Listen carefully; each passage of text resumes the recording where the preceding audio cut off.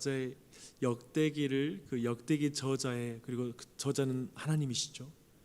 하나님의 의도를 가지고 우리가 다윗의 생애를 기록하고 있다라는 것을 살펴보았습니다. 사무엘서와 열왕기서에서 나오는 어떤 다윗에 대한 부정적인 사건들은 빠지고요. 그리고 다윗의 긍정적인 면이 부각되는 그런 말씀입니다. 왜냐하면 역대기 저자는 지금 포로에서 귀환한 첫 독자들에게 장차올 메시아에 대한 희망, 그분을 바라보면서 지금을 인내하게 하기 위해서 그 책을 기록했기 때문에 그렇습니다. 그렇다고 다윗의 실수가 전혀 나오지 않는 것은 아니었습니다. 어제 우리가 본 것은 언약궤를 옮길 때에 수레에 옮기는 그런 실수를 범했죠. 또 그 가운데 주신 하나님의 말씀을 들었습니다. 오늘도 다윗의 범죄가 나오는 부분입니다. 성경 선명하게 사건의 전말을 분명하게 그 의미를 밝히고 다윗의 행동을 분명히 규정하고 시작합니다. 21장 1절입니다. 사단은 이스라엘을 대적하려고 다윗을 충동하여 이스라엘을 계수하게 합니다. 그런 마음을 집어넣어 주는 것이죠. 주의할 것은 인구조사 자체는 범죄가 아니라는 것입니다. 이전에도 인구조사는 있었습니다. 과거에 하나님은 모세에게 2번이나 인구조사를 하게 합니다. 그 이후에 그 목적은 가용 가능한 병력을 계수한 것이었습니다. 그렇다면 다윗의 인구조사가 왜 문제가 될까요? 라는 이런 질문을 할 수 있겠죠. 다윗이 가진 문제는 어제 우리가 살폈던 주제와 동일합니다. 하나님은 다윗에게 인구조사를 명령한 적이 없습니다. 하나님이 명하지 않는 일을 했다라는 것이 근본적인 실패인 것이죠. 여기에서 하나님께 올라갈까요 말까요? 전쟁터에서 늘 다윗이 했던 그런 행동, 그것은 더 이상 보이지가 않는 거예요. 하나님 이 일을 할까요 말까요? 하나님께 묻지 않고 이 일을 행했다라는 것입니다. 반대로 다윗은 사단의 충동을 받고 행했다라는 것이 오늘 본문에서는 밝히고 있는 것이죠. 그렇죠? 다윗의 인구조사 명령은 사실 또 그 내용으로 들어가면 근본적으로 자기 자신의 실력, 능력, 자기가 어떤 왕인지를 보여주곤 그것을 자신을 증명하려고 하는 교만에서 나온 결정이었습니다. 오늘 통독하실 때 아마도 18장부터 이제 읽으실 텐데요. 18장부터 20장을 한번 봐보십시오. 다윗이 가는 곳마다 승리했다라는 것이 나옵니다. 전쟁에서 매번 승리하는 거예요. 근데 그 전쟁에서 승리하는 이유를 역대기 저자는 18장에 보면 반복적으로 이렇게 말합니다. 다윗이 어디로 가든지 여호와께서 이기게 하시니라 라고 말하고 있죠.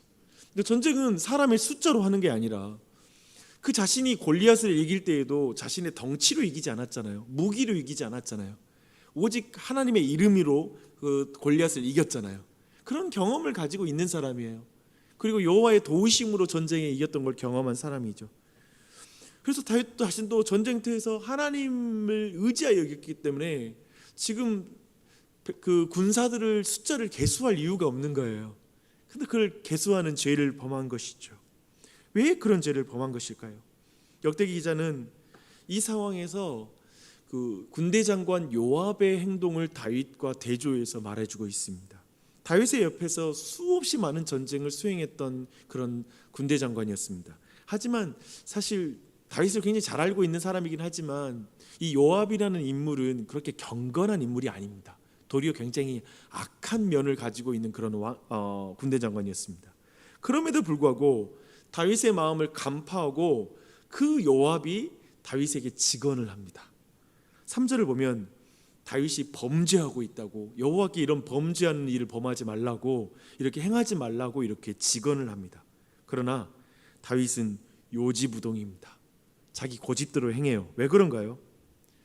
교만 때문에 그렇습니다. 이걸 주목하셔야 돼요. 교만 때문에. 사단이 다윗에게 교만함을 충동하자 다윗이 기어코 자신을 증명하고 자신의 힘을 과시하고자 이 죄를 범한 것입니다.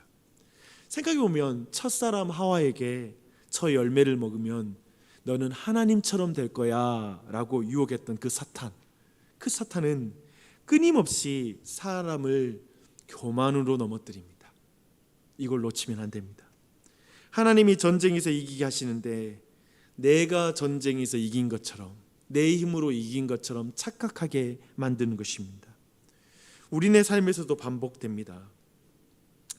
우리도 오늘날의 신자들도 유명 브랜드의 집을 사고 최고급 차를 사고 여러 가지 보험을 들면 안 됩니까?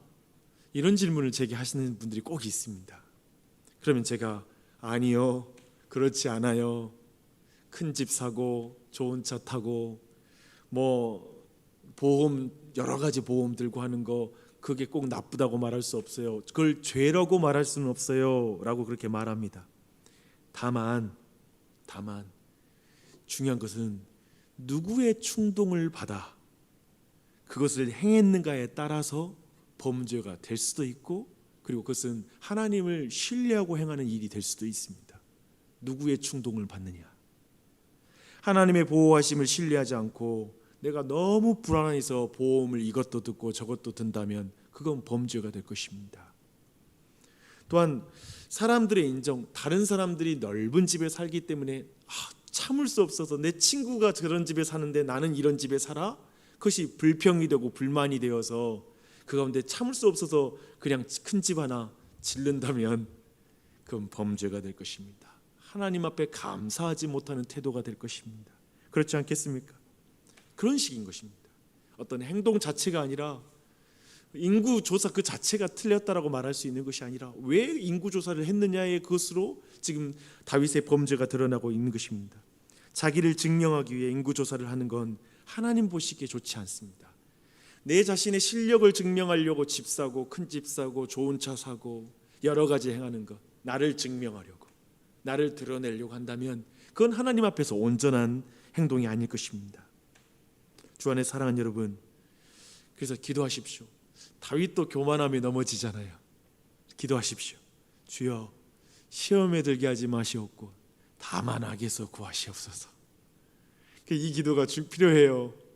누군들 여기 이 교만함, 이 사단의 어떤 충동에 이길 사람 아무도 없다라는 거예요. 그 기도를 아침마다 드려야 돼요. 이 아침에 드릴 때 이 기도가 아주 중요한 기도여서 주님이 가르쳐준 기도에도 이 기도가 있잖아요. 잊지 마시고 그 기도를 드리시길 바랍니다. 다윗은 하나님이 이 일로 치시자 이제 그때서야 이제 자신의 죄를 깨닫고 하나님께 기도하는 장면으로 이어집니다. 사실 저는 지금부터가 굉장히 묵직하게 다가오는 메시지였습니다. 왜냐하면 제 자신을 볼 때 교만함 죄를 피하기 힘들더라고요. 교만해질 때가 많습니다. 근데 그 이후에 다윗이 보이는 그 행동들이 더욱더 그래서 주목이 되는 것입니다. 한번 계속 보시고요. 이제 선지자 갓은 하나님의 말씀을 다윗에게 전하는데 하나님의 징계 중에 하나를 택하라는 그런 말씀을 하십니다. 정말 흥미로운 장면입니다. 그렇죠? 그 징계를 내리면 그냥 내리시지 셋 중에 하나 선택해. 이건 사실 우리가 우리 자녀들에게 쓰는 방법 아닙니까? 때로는 너 이것 중에 하나 선택해. 이런 식으로 하는 것이죠. 징계로 제한한 것은 첫 번째 3년 기근이고요. 둘째 3개월 동안 적군의 칼에 쫓기는 신세를 가 되는 것이죠. 그리고 셋째는 하나님의 칼, 곧 전염병이 사흘간 이스라엘의 땅을 치는 것입니다. 333입니다. 라임을 맞춥니다. 근데 모두 아픈 징계입니다. 고통스러운 징계예요. 주목할 것은 다윗의 선택입니다. 다윗은 하나님의 손에 빠지기를 원합니다라는 이런 모호한 표현이기도 하지만 사실 아주 놀라운 표현입니다. 매우 독특하고 특별한 결정이고 이것이 제가 볼 때 다윗에게 주신 하나님의 은혜이고 다윗의 독특한 신앙의 중심입니다. 이걸 주목하셔야 돼요. 왜냐하면 이 결정이 의미하는 바 때문에 그렇습니다. 다윗은 하나님의 긍휼과 자비하심을 심판 중에도 여전히 신뢰한 결정을 한 것입니다. 난 사람의 손에 빠지기보다 하나님의 손에 빠질래요. 그 손에 놓이기 원합니다라는 결정을 하죠. 그리고 나서 이어지는 심판은 끔찍한 심판이 이어집니다. 이스라엘에서 3일간 7만 명이 죽고 죽음의 천사가 이제 예루살렘을 치려고 합니다. 그때 하나님께서는 뉘우치셨다라는 표현을 15절에서 하고 있습니다. 매우 특별한 표현이죠. 사실 하나님이 뉘우쳤다 표현하는 표현은 사실 하나님은 후회함이 없으신 분이기 때문에 하나님께 쓸 수 있는 표현은 아니나 하나님의 긍휼과 자비를 사람들에게 이해시키기 위한 이걸 신인 동형론적 표현이라고 말합니다. 인간에게 표현한 인간적인 표현으로 이런 표현을 한 것입니다. 하나님이 뉘우치셨습니다. 그리고 여호와의 천사는 여부스 사람 오르난의 마당에 이제 멈춥니다. 왜냐하면 하나님의 긍휼과 자비함 때문에 그렇습니다. 다윗이 믿고 붙잡은 대로 이제 심판을 행하는 그 심판자가, 그 천사가 오르난 그 타작마당에 이제 멈춘 것입니다. 예루살렘을 멸하기 위해 뺀 칼을 들고 거기 선 천사를 본 다윗은 이제 장로들과 더불어서 굵은 베옷을 입고 얼굴을 땅에 대고 엎드립니다. 다윗은 다시 회개합니다. 그리고 자기의 범죄로 말미암아 백성들이 죽어가는 모습을 보고 괴로워 이제 자기와 자기 집을 심판해 달라고, 이 백성 더 이상 죽이지 말고 차라리 저와 우리 가족을 다 죽이시라고 이렇게 기도를 합니다. 간청합니다. 그런데 여기서 멈춰보게요. 그런데 전지적 작가 시점으로 보기 좋아하는 저의 마음, 저로서 좀 이 부분이 좀 답답한 전개입니다. 좀 이해가 안 되는 부분이 이 부분이었어요. 뭐냐면 다윗이 처음 선택한 그 처음 선택이 잘못됐다고 생각이 드는 거예요. 그렇잖아요. 다윗이 애초에 3개월간 적군의 칼에 쫓기는 그 결정을 했으면 7만 명이 이스라엘 백성이 죽지 않았을 것이잖아요. 근데 애초에 그 결정했으면 지금 이 기도를 할 필요도 없을 것 같고요. 왜 그 결정 안 했어요? 저는 솔직히 말하면 세 가지 결정하라고 했을 때 다윗이 세 번째 결정할 때 저는 다윗이 좀 이기적이라는 생각했습니다. 그냥 본인이 쫓겨나가고 그렇게 쫓기는 신세 됐으면 차라리 낫지 않았을까? 그런 생각이 들더라고요. 근데 이제 최종적으로 볼 때 다윗이 이기적이 않았다는 것은 뭐냐면 지금 자신과 자신의 가족이 죽기를 간청하고 있잖아요. 다윗은 분명 자기만 살면 된다라는 생각을 가지고 있는 사람 아니에요. 모든 백성 전염병에 고통받고 나만 살면 돼 이런 생각하는 사람 아니라는 거예요. 그렇다면 이 장면에서 다윗의 그 가문과 7만 명의 생명을 막 비교하면서 여러분이 갈등을 일으키며 이 장면을 볼 필요는 없어요. 도리어 성경이 강조하고 있는 것을 주목해서 볼 필요가 있습니다. 주목하기 원하는 것은 저는 다윗의 고백이라고 생각합니다. 다윗의 고백이 무엇입니까?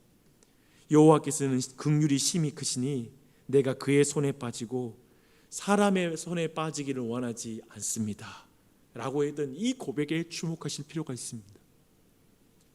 긍휼이 많으신 하나님의 손에 모든 처분을 맡기는 거예요.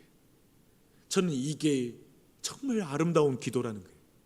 그리고 이것이 중요한 우리 안에 기도가 되는 줄 믿습니다. 중심이 돼야 돼요. 모든 걸 주님의 처사에 맡기는 것. 주님은 긍휼이 많으시고 또한 노하기를 더디하시는 분이시니까 그분께 내 모든 운명을 맡기는 거예요. 내 모든 미래를 맡기는 거예요. 그런데 다윗이 이렇게 기도했잖아요. 근데 다윗의 기도가 응답이 안 됩니다. 예루살렘 백성을 대신하여 자신의 생명과 그의 가족의 생명을 바치겠다라고 말한 그 기도는 응답이 되질 않아요. 분명 그의 제안은 굉장히 고귀하고 모범적인 제안이잖아요. 하지만 하나님은 그의 기도를 응답하지 않습니다. 과거에 이런 일이 있었거든요. 모세가 금송아지를 숭배하고 하나님이 그 백성 모두를 내가 진멸해버리겠다라고 했을 때 그때 모세가 아니요 나를 생명책에서 지워버리세요 라고 기도하죠. 근데 그때 모세의 기도가 응답이 안 됩니다. 그렇죠? 그 동일한 일이 벌어집니다. 그리고 하나님은 도리어 심판의 멈추는 다른 길을 제안하십니다. 선지자 갓을 통해서 그 오르난 타작마당에서 하나님을 위해서 단을 세우라고 명령을 하시고요. 다윗은 순종하여 그 오르난 타작마당을 이제 사서 거기에 하나님께 제단을 쌓고 번제와 화목제를 드립니다. 그때 하나님께서는 불로 응답하셔서 그 제물을 사르십니다. 연락하셨다라는 것이죠. 그리고 천사는 하나님의 명을 받아 칼을 칼집에 꽂습니다. 심판을 거둬들인 것입니다. 제사가 드려지고 하나님의 심판이 멈추는 방법을 하나님이 내신 것입니다. 다윗은 이곳을 구입하여서 나중에 이곳에 성전이 세워집니다. 그런데 이 장소와 그리고 지금 이 모든 스토리는 사실 성경이 훨씬 거대한 이야기와 연결이 되어 있습니다. 특별히 우선 과거의 한 중요한 이야기와 연결이 됩니다. 이 장소는 아브라함이 독자 이삭을 바친 장소입니다. 모리아산, 그것이 바로 지금 이곳입니다. 하나님은 아브라함의 그 독자를 바쳐도 합당한 제사를 드릴 수 없다라는 걸 분명히 밝히시면서 아들을 바친 그 제물을 바치는 것을 허용하지 않습니다. 허락하지 않습니다. 아들을 죽이게 하지 않죠. 대신 그곳에 어린 양을 친히 예비하시는 그 장면을 보여주십니다. 그리고 지금 모세도 다윗도 합당한 제물이 될 수 없음을 분명히 드러내시고 그들을 바치는 제사를 명하지 않으시죠. 그들을 죽이지 않으시죠. 그 두 사람도 대속물이 필요한 죄인이기 때문에 그렇습니다. 오직 이 세상 역사 가운데 유일하게 자기 자신을 대속물로 바치는 기도가 응답된 존재는 한 분밖에 안 계십니다. 예수 그리스도이십니다. 아버지, 하실 수 있다면 이 잔을 내게서 옮겨 주옵소서. 하지만 내 뜻대로 마시옵고 아버지의 뜻대로 하옵소서.